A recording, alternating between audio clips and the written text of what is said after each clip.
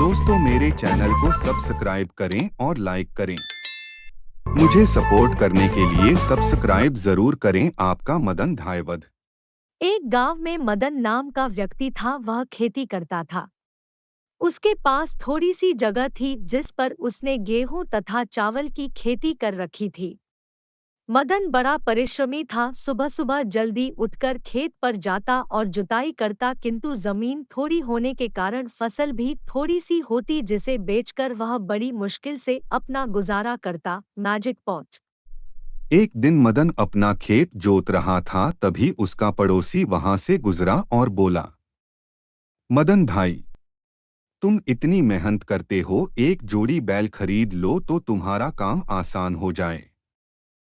भाई, मैं बड़ी मुश्किल से 2 वक्त के भोजन के लिए पैसे जुटा पाता हूँ, बैल कहाँ से खरीदूं? ऐसा कहकर वह फिर से अपने काम में जुट गया और उसका पड़ोसी वहां से चला गया।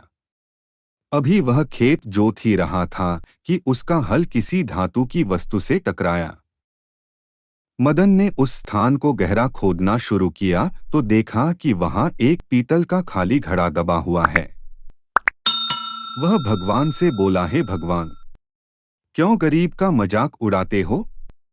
एक तो पीतल का घड़ा दिया और वह भी खाली। देना ही था तो कम से कम सोने के सिक्कों से भरा घड़ा ही दे देते, या सिर्फ सोने का घड़ा ही दे देते। अब मदन थक चुका था और उसे भूख भी लग रही थी। उसने पास ही बाग से आम के पेड़ से आम तोड़े और खाने लगा। आम बहुत स्वादिष्ट थे। उसने पेट भरकर आम खाए और थोड़े से अपनी पत्नी के लिए उसी पीतल के घड़े में घर ले जाने के लिए रख लिए। अब उसी पेड़ के नीचे बैठकर आराम करने लगा।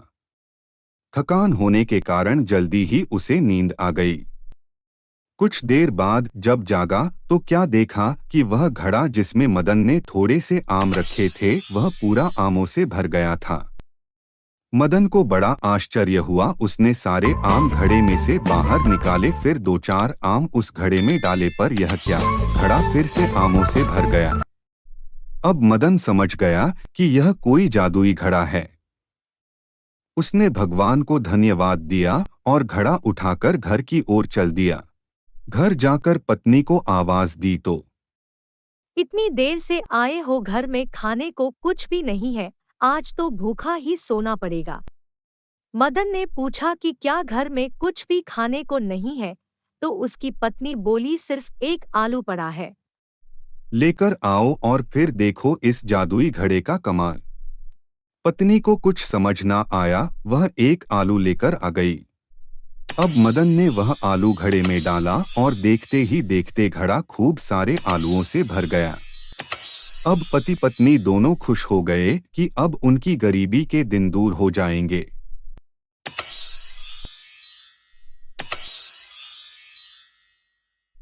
अगले दिन मदन ने थोड़े से आलू बचा लिए और बाकी बाजार में बेचने चला गया।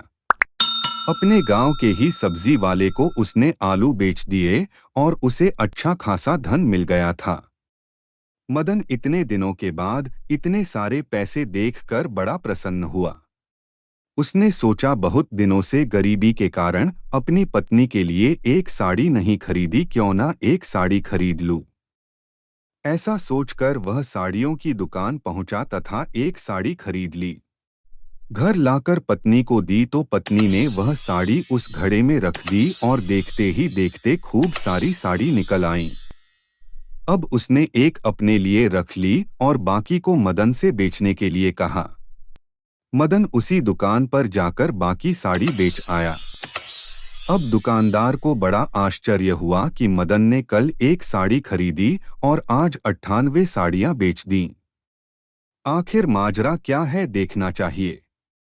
वह फल विक्रेता जिसको मदन ने आलू बेचे थे और वह साड़ी वाला दोनों ने चुपके से उसके घर के बाहर पहुंचे तथा मदन और उसकी पत्नी की सारी बातें सुन लीं। अब उन्हें समझ आ गया कि क्या माजरा है। अब दोनों ने जाकर मुखिया जी से सारी कहानी बता दी। मुखिया जी ने आदेश दिया कि मदन को उसके घड़े, मैजिक पॉट के साथ यहाँ लाया जाए। अब मदन जादुई घड़े के साथ उनके सामने था। मुखिया जी ने वह घड़ा अपने हाथ में लिया और अपना सिर घड़े में डालकर देखने लगे कि आखिर इस घड़े में है क्या। फिर क्या था, जैसे ही उन्होंने अपना सिर उसमें डाला वहां तो कई सारे मुखिया प्रकट हो गए। सब आपस में झगड़ने लगे कि मैं मुखिया हूँ, मैं मुखिया हूँ। इस बीच मदन ने उनके हाथ से वह घड़ा लिया और लेकर भागा। घर पहुंचकर उसने उस मैजिक पॉट घड़े को लोहे के डंडे से तोड़ डाला।